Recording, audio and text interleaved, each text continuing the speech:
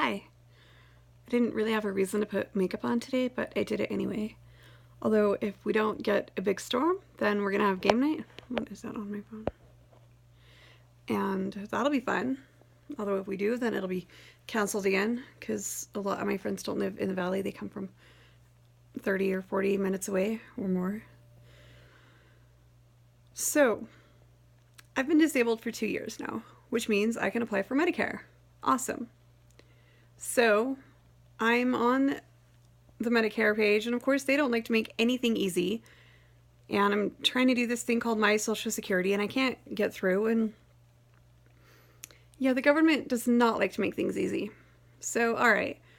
So, I end up having a call, and I'm on hold for probably, I didn't check the time, but it was over an hour. I finally get a hold of someone, and I need to verify who I am. Okay? I can give her my name, my mother's maiden name, my birth date. I could even give her my social if she'd asked, but she hadn't. And she wants my current mailing address.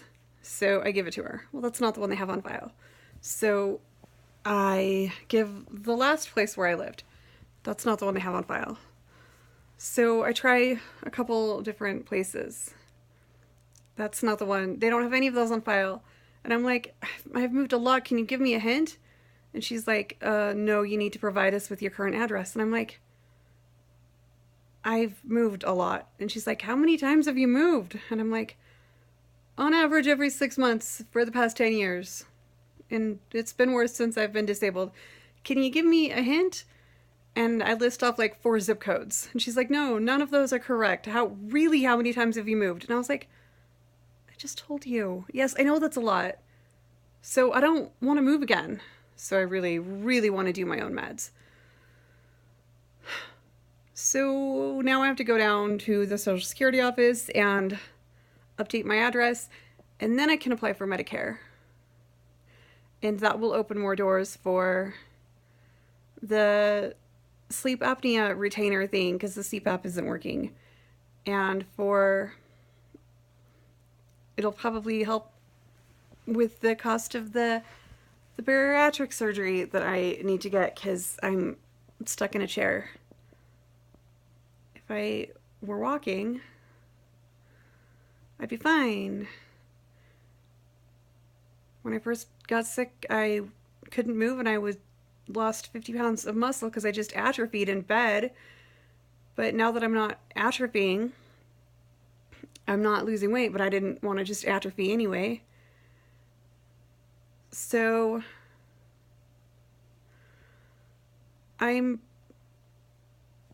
now that I'm stuck in a chair, now I'm gaining weight rapidly. So yeah, I do need the bariatric surgery.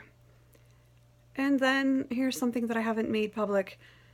But since no one watches these except the few people I've already told and complete strangers who don't even care or know me, my dog was nosing at a specific spot on my breast for like a week.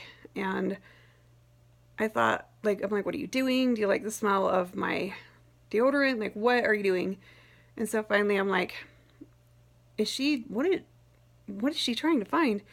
So I did like a self-breast exam, which I don't really ever do. And my doctor says that they're not very accurate anyway. So I did one and yeah, I found something. And I'm like, well, shit. And then I felt the other side and I was like, nope, that's just fat. Nice. So I went to my doctor and I told him, and he was like, well, is it like a lump? And I was like, it's not like a lump, it's just hard. And he's like, well, what's your family history of breast cancer? And I was like, Mom and Grandma both have it. And he was like, yeah, you just bought yourself a ticket to a mammogram. I'm like, good, because otherwise I can't get it till I'm 40. And he's like, okay, but there's a lot of false positives with young women, and you might have to go through all this and it might be nothing. And I'm like, that's fine. I'd rather go through all of it and it be nothing than not go through it, because given my family history and my personal medical luck, yeah, I probably have cancer. Like, let's just be real. And he was like, yeah, probably. So, my cute little life-saving puppy. And then she kept nosing at it, and I was like, fine, I will talk to a doctor after I had found it.